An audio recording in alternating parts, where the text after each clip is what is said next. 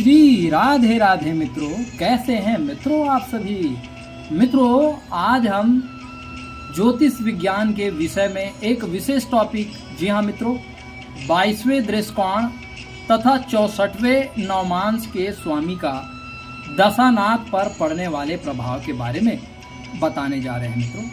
मित्रों, एक बार पुनः सभी सम्मानित श्रोतागणों का बहुत बहुत हार्दिक अभिनंदन।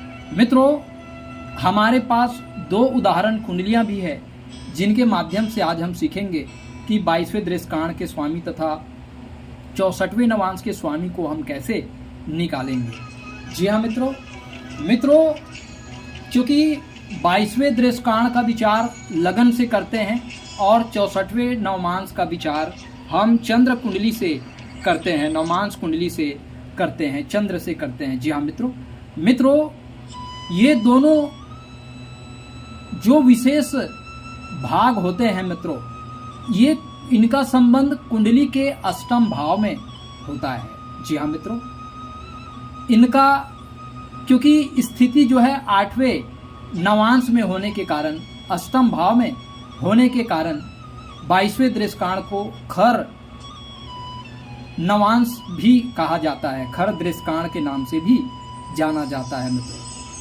मित्रों, आइए चर्चा करते हैं कि कुंडली में 22वें दृष्काण की गणना कैसे करें। मित्रों, आप सभी जानते हैं कि एक भाव जो होता है वो 30 डिग्री की होती है और अगर इसको हम दृष्काण में कन्वर्ट करें तो इसके 3 दृष्काण होते हैं मित्रों, जो 0 से 10 डिग्री पहला दृष्काण, 10 से 20 डिग्री दूसरा दृष्काण और 20 से 30 डिग्री तीसरा दृष्काण। जी हाँ मित्रों, तो लग्न की डिग्री को हम अष्टम भाव में स्थापित करते हैं। मित्रों, यदि इस प्रस्तुत उदाहरण कुंडली में हम देख पा रहे हैं कि लग्न की डिग्री 17 डिग्री 22 मिनट की हो रही है मित्रों, अर्थात 17 डिग्री 22 मिनट ये द्वितीय दृष्काण के अंतर्गत आते हैं। मित्रों, जब द्वितीय दृष्काण में जब लगन आता है मित्रों, तो लगन की डिग्री को अष्टम भाव में स्थापित कर देते हैं मित्रों।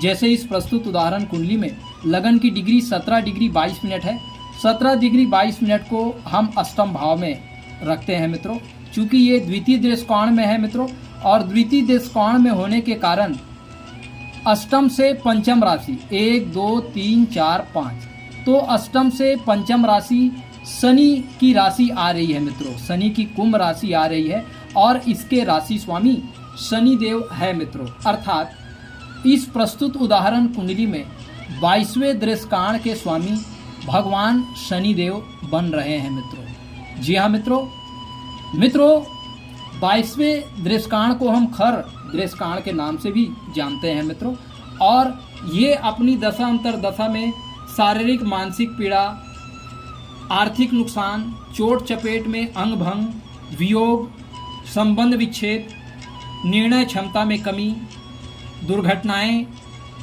एवं मृत्यु तुल्य पीड़ा जो है वो देती है मित्रों, जब 22वें दृष्काण में जब किसी ग्रह के गोचर होते हैं मित्रों, तो उन ग्रहों के गोचर में उन ग्रहों से संबंधित अशुभ प्रभाव जो है वो देखने को मिलते हैं मित्रों। यदि हम 64वें नवांश के स्वामी के बारे में बात कर लेते हैं मित्रों, 64वां नवांश का भी संबंध अष्टम भाव से होता है मित्रों।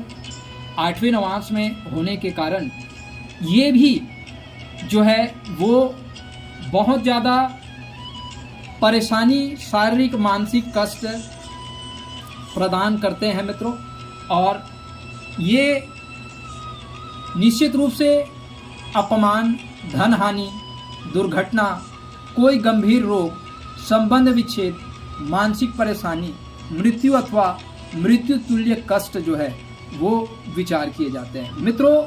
64वां नवांश निकालने के लिए मित्रों सबसे आसान विधि है मित्रों, नवमांश कुंडली में चंद्रमा की स्थिति पर सर्वप्रथम विचार करें। चंद्रमा से चौथे नंबर की राशि में, चौथे नंबर के भाव में, चौथे भाव में जो राशि लिखी होगी मित्रों, वही राशि जो है वो 64वें नवांश कहलाएगी मित्रों, और उसका स्वामी को हम 64वें नवांश के स्वामी के नाम से संबोधित करेंगे।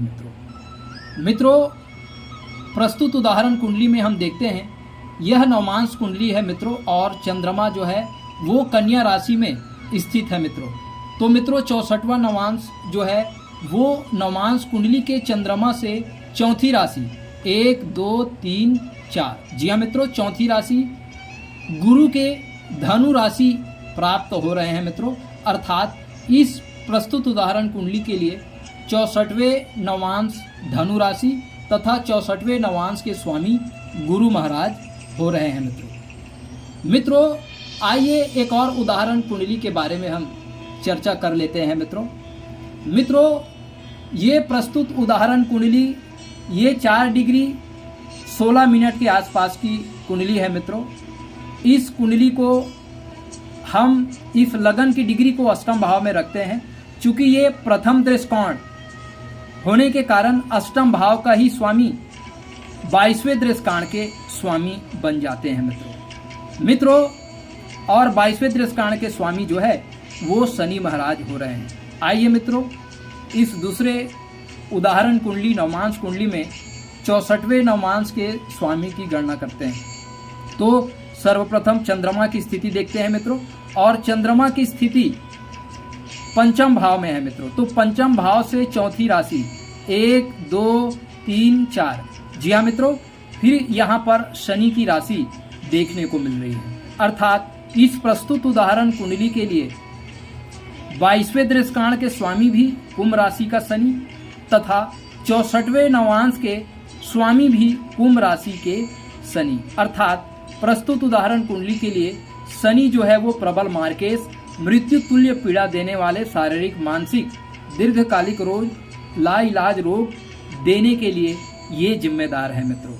आइए मित्रों इन उदाहरण कुंडलियों का हम विश्लेषण करें।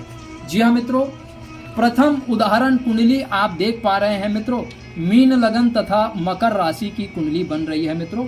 गुरु महाराज दसम भाव में हंस नामक पंच महापुरुष राजयोग बना रहे हैं। जी हाँ मित्रों, गुरु लग्नेश है और दसम भाव में ये राजयोग बना रहे हैं। लग्नेश सदा पवित्र होता है मित्रों ऐसा प्रतीत होता है कि गुरु महाराज के दशा अवधि में ऐसे जातिका ने प्रतियोगी परीक्षाएं में सफलता प्राप्त की, उच्च सरकारी पद की प्राप्ति हुई, भूमि भवन वाहन माता का सुख तथा पैतृक संपत्ति का लाभ प्राप्त हुआ, कर्ज से जातक को छुटकारा मिला। किंतु यहाँ महादशानाथ गुरु होने के साथ साथ यहाँ पर गुरु जो है वो 64वें नवांश के स्वामी हो रहे हैं मित्रों। तो 64वें नवांश के स्वामी होने के कारण एक तरफ गुरु महाराज जो है वो दाम्पत्य सुख प्रदान किए, उच्च सरकारी नौकरी प्रदान किए मित्रों। तथापि गुरु अगर 64वें नवांश के स्वामी हैं तो इनके जीवन में अनेक उतार चढ़ाव का भी इनको सामना करना पड़ा। जी हाँ मित्रों, गुरु की महादशा 20 मार्च 2006 से 19 मार्च 2022 तक 16 साल की अवधि में जातक की बैंक में शिक्षा विभाग में सरकारी नौकरी लगी तथा एक सरकारी कर्मचारी से भी ऐसे जातिका का विवाह संपन्न हुआ मित्रों। गुरु जो है सूर्य के नवांश में होने के वजह से इनको एक सरकारी उच्च पद में प्रतिष्ठित जीवन साथी की प्राप्ति हुई मित्रों। गुरु लग्नेश होने के साथ साथ 64वें नवांश के स्वामी हो रहे हैं और गुरु शुक्र के नवांश में होने के वजह से अपने शत्रु के नवांश में होने के कारण ऐसे जातक को अपने नक्षत्र में होने के कारण, क्षमा करेंगे, गुरु अपने शत्रु शुक्र के नक्षत्र में होने के कारण तथा गुरु के विशाखा नक्षत्र 22वें दृष्टिकोण के स्वामी शनि पीड़ित कर रहा है मित्रों। शनि की तृतीय दृष्टि गुरु पर पड़ रही है मित्रों और शनि 12वें भाव का भी स्वामी है। अतः जातिका के विवाह के बाद अनेक उतार चढ़ाव जातिका के जीवन में देखने को मिला। ससुराल पक्षों के साथ मनभेद और मतभेद की स्थिति, क्योंकि अष्टम भाव में मंगल शनि का विस्फोटक योग बनने के कारण कई बार तलाक की स्थितियां निर्मित हुई, लेकिन गुरु अपने महादशा में तलाक नहीं दे सकता मित्रों। गुरु 64वें नवांश के स्वामी होने के कारण मानसिक अशांति, अपमान, शारीरिक कष्ट, आर्थिक कष्ट, कर्ज से परेशान तथा पति से दूर रहकर एकाकी जीवन जीने के लिए विवशता है मित्रों। प्रस्तुत उदाहरण कुंडली में वर्तमान दशानाथ में 22वें दृष्काण का स्वामी शनि महाराज बन रहे हैं मित्रों, और शनि की महादशा 20 मार्च 2022 से 19 मार्च 2041 तक 19 साल की शनि की महादशा जो कि 22वें दृष्काण के स्वामी हो रहे, तथा अंतरदशानाथ भी शनिदेव 20 मार्च 2022 से 22 मार्च 2025 तक शनि की अंतरदशा रहेगी मित्रों।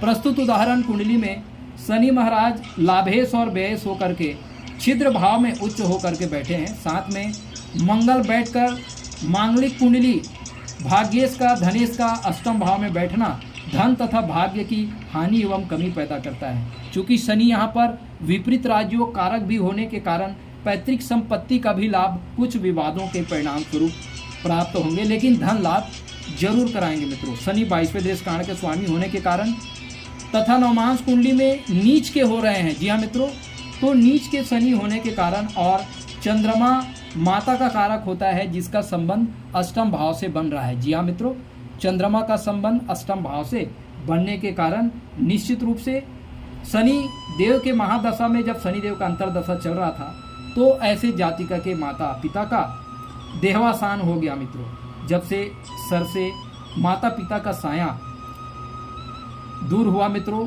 जातिका को मानसिक, आत्मिक और शारीरिक रूप से बहुत पीड़ा पहुंच रही है, मानो कि सारी विपत्तियां एक साथ टूट पड़ी हो मित्रों। गोचर कुंडली में भी यदि हम बात कर लेते हैं मित्रों, तो शनि गुरु के राशि में पंचग्रही योग बना करके गोचर कर रहे हैं मित्रों। चूंकि गुरु 64वां नवांश का स्वामी है, जिसके कारण अनेक शारीरिक, मानसिक परेशानी, मृत्यु तुल्य कष्टों का ऐसे जातिका को सामना करना पड़ रहा है मित्रों। चूंकि शनिदेव हमारे प्रारब्ध के कारक होते हैं, पूर्व जन्म के कार्मिक अकाउंट के अनुसार अपनी दशा अंतर दशा में हमें शुभ या अशुभ फल प्रदान करते हैं। जी हाँ मित्रों, आइए ऐसे जातिका के लिए जो महा उपाय सुझाए गए हैं मित्रों, उन महा उपाय के बारे में चर्चा करते हैं। तो उक्त जातिका को प्रति शनिवार 1 किलो उड़द दाल की खिचड़ी को गरीब एवं जरूरतमंदों को दान करने के विषय में कहा गया है। बुजुर्गों की सेवा करने को कहा गया है तथा पति की नियमित रूप से सेवा करें मित्रों। संकल्पबद्ध होकर के पति की निस्वार्थ भाव से सेवा करें। प्रति सोमवार शिव तांडव स्तोत्र का पाठ करें तथा प्रति गुरुवार विष्णु सहस्त्र नाम का पाठ करें। 64वें नवांश के स्वामी गुरु के बीज मंत्रों का नियमित रूप से एक माला जाप करें तथा 22वें दृष्काण के स्वामी शनि के भी बीज मंत्रों का प्रतिदिन जाप करें। उक्त सुझाव जातिका को सुझाया गया, जिससे जातिका ने उपाय करके अपने जीवन में लाभ ले रहे हैं मित्रों। अगले उदाहरण कुंडली के बारे में यदि हम बात करें मित्रों, प्रस्तुत उदाहरण कुंडली जो है लक्ष्मी नारायण रायपुर निवासी की कुंडली है मित्रों। जन्म तिथि 15 अप्रैल 2000 क्षमा करेंगे, जन्म तिथि 12 अगस्त 1970, प्रातःकाल 4 बजे की कुंडली है मित्रों। यह उदाहरण कुंडली एक मृतक जातक की कुंडली है मित्रों, जो हमारे पास मृत्यु के कारण को जानने के लिए ये कुंडली जो है वो विश्लेषण के लिए जो है प्रस्तुत है मित्रों।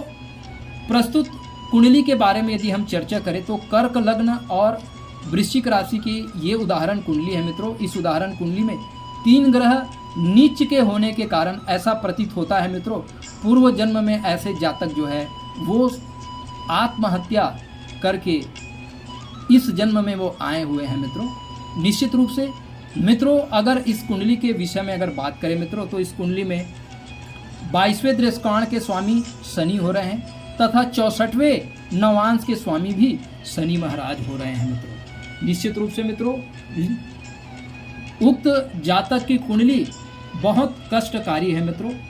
ऐसे जातक की कुंडली में कर्क लग्न एवं वृश्चिक राशि की कुंडली है मित्रों। लगन की डिग्री जो है वो 2 डिग्री 33 मिनट वृद्ध लगन है मित्रों। 3 ग्रह चंद्र, शुक्र और शनि नीच के हो रहे हैं। सूर्य मार्केश होकर के लगन में बैठे हुए हैं मित्रों। मंगल, गुरु, चंद्र, केंद्र, त्रिकोण राजयोग बना रहे हैं। जातक व जातक के जीवन साथी दोनों सरकारी नौकरी में हैं। जातक का जन्म शनि के महादशा में हुआ। शनि 22वें दृष्कांत तथा 64वें नवांश के स्वामी हो रहे हैं मित्रों। वर्तमान महादशा के बारे में चर्चा करें तो महादशानाथ चंद्रमा परम नीच के हो जा रहे हैं नवमास कुंडली में मित्रों, और ये रोगेश है और गुरु से युक्त है। छठवां भाव किडनी से संबंधित बीमारी को प्रदर्शित करते हैं मित्रों। अंतरदशा नाथ की बात करें राहु की, तो राहु जो है वो अष्टम भाव में स्थित है मित्रों, और ये कुंभ राशि में स्थित है, और कुंभ राशि 22वें दशकांड एवं 64वें नवांश की स्वामी है, जो गुरु को पीड़ित कर रहे हैं। जी हाँ मित्रों, राहु की दृष्टि गुरु पर पड़ने की वजह से गुरु पीड़ित हो रहे हैं। प्रत्यांतर दशा भी गुरु का चल रहा है मित्रों, जिसमें राहु और शनि गुरु को पीड़ित कर रहे हैं।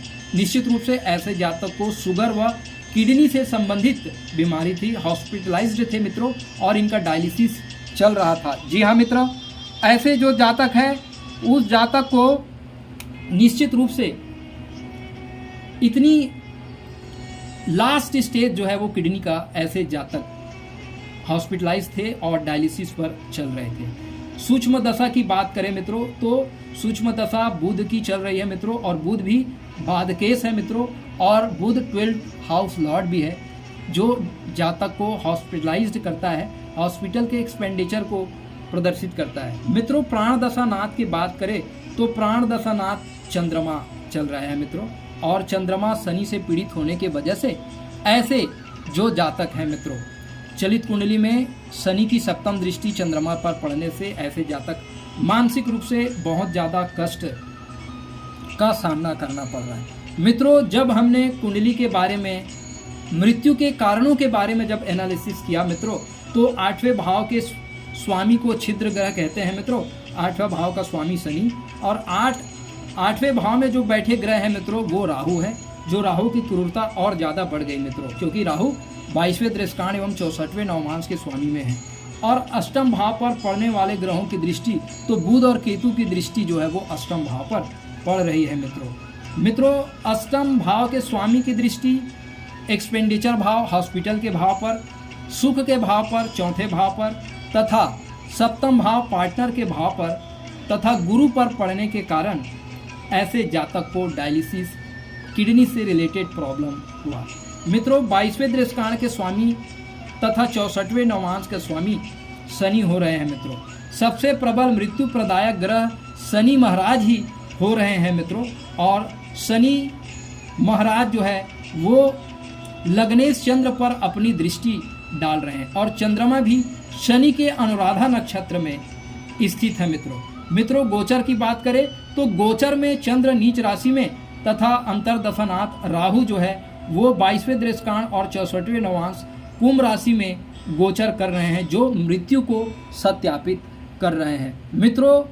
कुल मिला के सार तत्व यही है मित्रों कि 22वें दृष्कांड के स्वामी और 64वें नवांश के स्वामी की सहायता से हम किसी गंभीर रोग, मृत्यु तुल्य पीड़ा एवं मृत्यु के बारे में भी हम विश्लेषण कर सकते हैं मित्रों। अनेक उदाहरण कुंडलियों से ये स्पष्ट हो जाएगा मित्रों कि निश्चित रूप से 22वें दृष्कांड के स्वामी की दशा अंतरदशा और 64वें नवांश के स्वामी की दशा अंतरदशा मृत्यु अथवा मृत्यु तुल्य कष्ट को ये सत्यापित करते हैं मित्रों।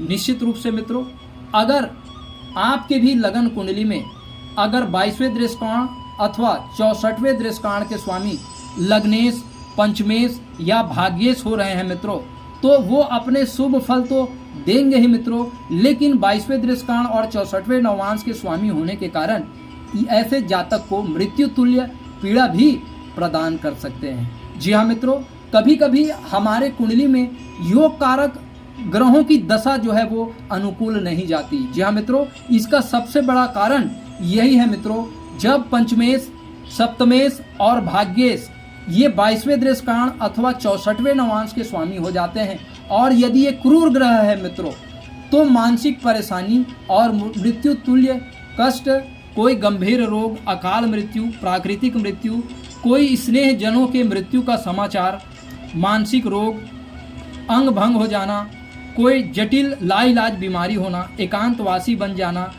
मृत्यु तुल्य पीड़ा और मृत्यु के बारे में भी विश्लेषण किया जाता है मित्रों। यदि आपको भी अपना कुंडली एनालिसिस कराना है मित्रों, आपको भी 22वें दृष्कांड और 64वें नवान से संबंधित किसी प्रकार के मन में अगर कोई प्रश्न है या आपके पास कोई अनुभव है मित्रों, तो जरूर शेयर करिए मित्रों। अगर आपको अपना कुंडली एनालिसिस करानी है मित्रों, तो आप हमारे एस्ट्रो डिवाइन लाइट चैनल से आप संपर्क कर सकते हो मित्रों। परमात्मा आपको स्वस्थ रखे, आपको आनंद प्रदान करे, आपको दीर्घायु प्रदान करे, इसी शुभ और मंगल कामनाओं के साथ मित्रों अब आपके एस्ट्रो फ्रेंड को इजाजत दीजिए। प्रणाम, नमस्कार मित्रों।